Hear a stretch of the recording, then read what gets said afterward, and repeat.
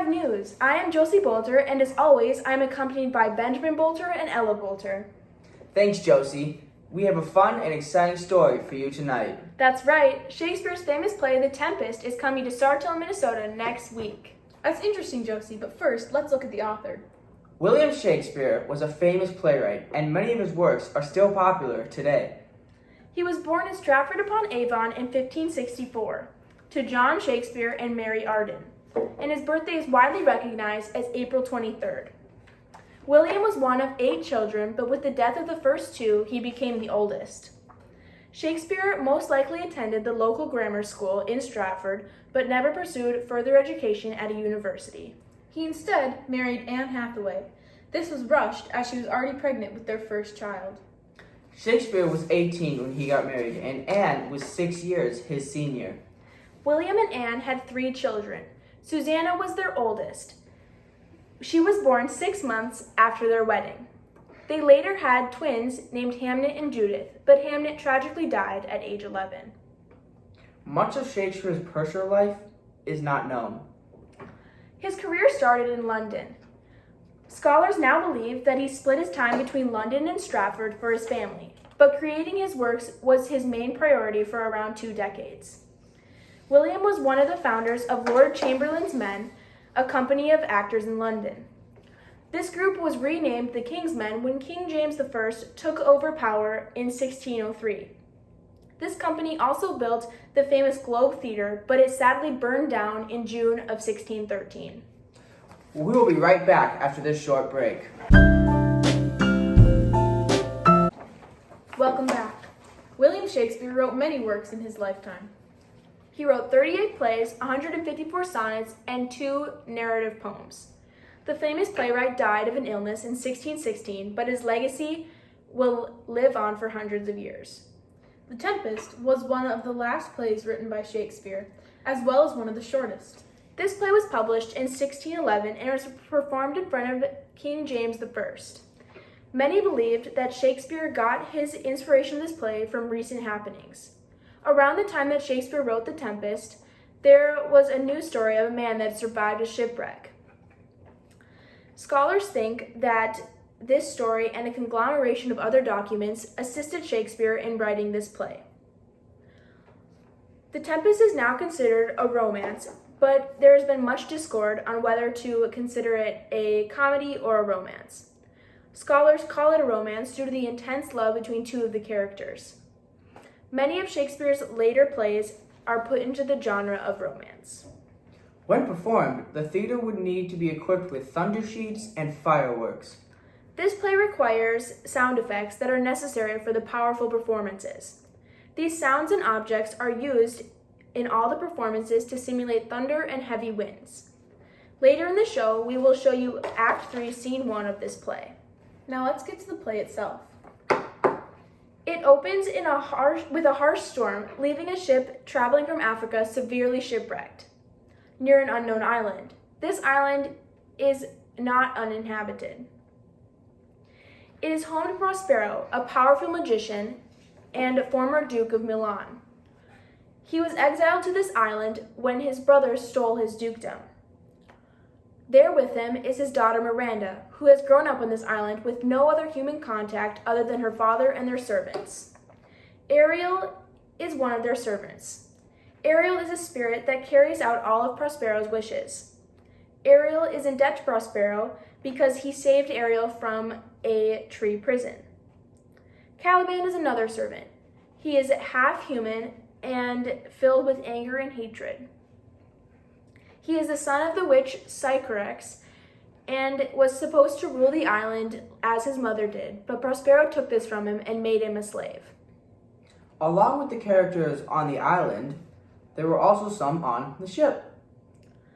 On the ship was Alonso, king of Naples, his brother Sebastian, who can be manipulated very easily, the king's butler and jester Stefano and Trinculo, Prospero's brother Antonio, and finally the king's son and Prince of Naples, Ferdinand. The storm was created by Prospero and his magic. All the men were put into a dreamlike state by Ariel, just as Prospero had instructed. The men on the ship were all separated and put on different parts of the island. They were separated into 3 groups. The king, Antonio, and Sebastian were placed together on the beach. Ferdinand was placed in the woods and would soon become lost. Stefano and Trinculo were put together with much alcohol. As Ferdinand walked aimlessly through the woods, he finds Miranda, the daughter of Prospero. They fall madly in love and arrange to be married. Here is a clip from Act 3, Scene 1 of The Tempest. These 2 young individuals are completely in love with each other and share their feelings. I am in my condition a prince, Miranda. I do thing a king. I would not so, and would no more endure this wooden slavery than to suffer the flesh fly blow my mouth. Hear my soul speak. The very instant I saw you did my heart fly to your service. There resides to make me slave to it, and for your sake am I this patient logman. Do you love me? O heaven, O earth, bear witness to this event, and crown what I profess with kind event, if I speak true. If hollowly invert what best is boded me to mischief. I, beyond all limit of what else I, the world, do love, prize, honor you. I am a fool to weep at what I am glad of. Wherefore weep you? At mine unworthiness, that dare not offer what I desire to give, and much less take what I shall die to want. But this is trifling, and all the more it seeks to hide itself, the bigger bulk it shows. Hence bashful cunning, and prompt me, plain and holy innocence. I am your wife, if you will marry me. If not, I'll die your maid.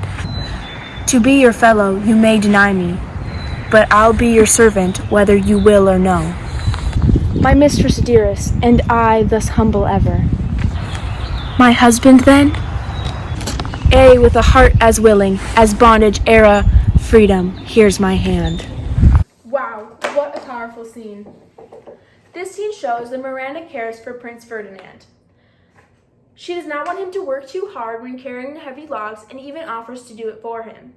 Prince Ferdinand, of course, would not allow this. He says that he would rather be hurt than have Miranda work instead of him.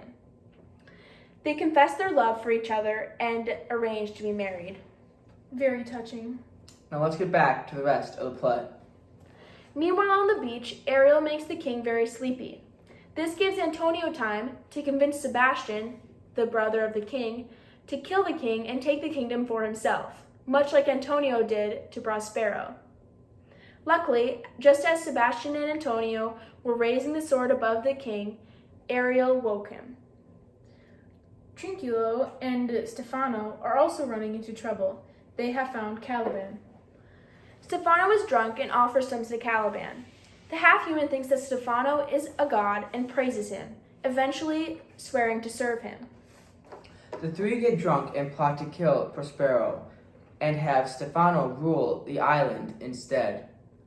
Going back to the king and the other noblemen. They have been searching for Ferdinand since the king woke, but they are having no success, and the king is convinced that Ferdinand has drowned. As they search, a banquet with copious amount of food appears on the beach. The 3 men start to eat as much as they can. As they are grabbing for the food, Ariel appears once again.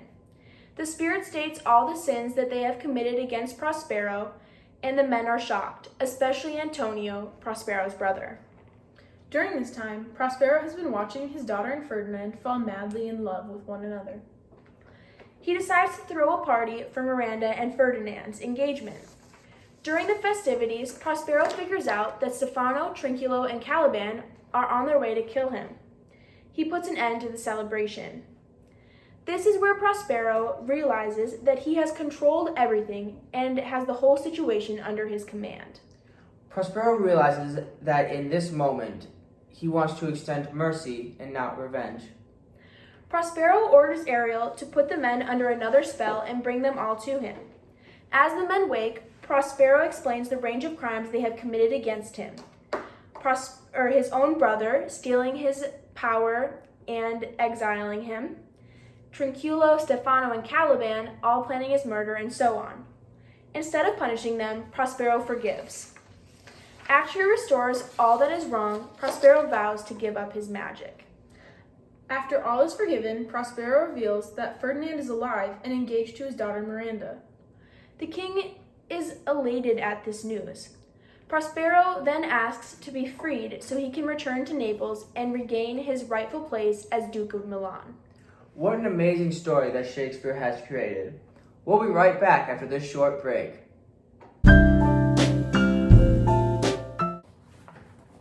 Welcome back to Channel 5 News. As I read this play, I realize there are many themes present. I realize that too. Power and exploitation is everywhere in this play. Before the play even begins, we know that Antonio, Prospero's brother, exploits Prospero's power as Duke of Milan. This theme is also seen when Prospero exerts his power on everything. He uses his power over Ariel and Caliban to get what he wants. He also controls the whole situation on the island.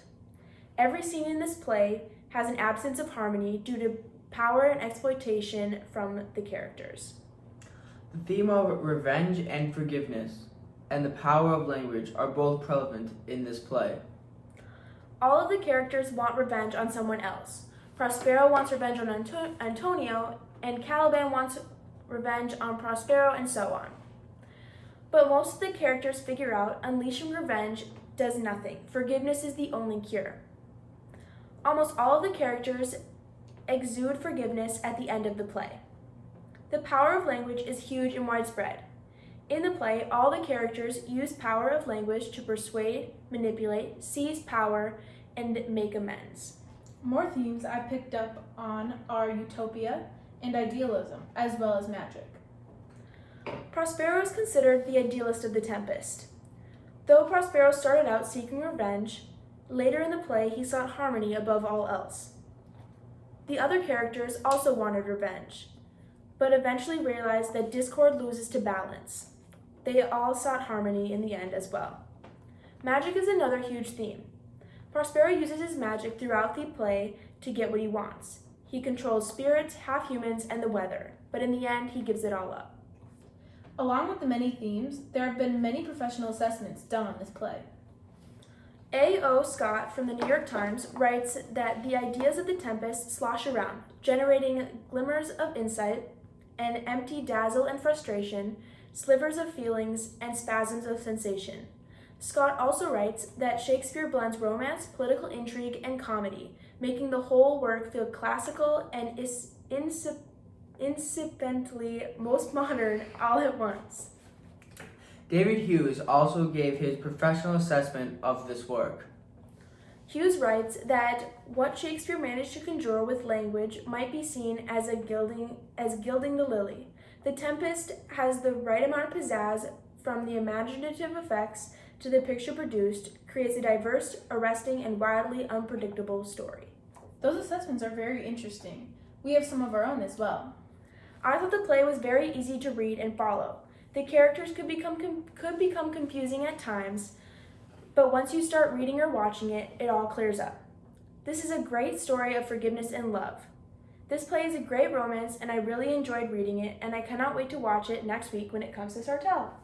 I would totally agree. Thank you for watching Channel 5 News. Have a good night.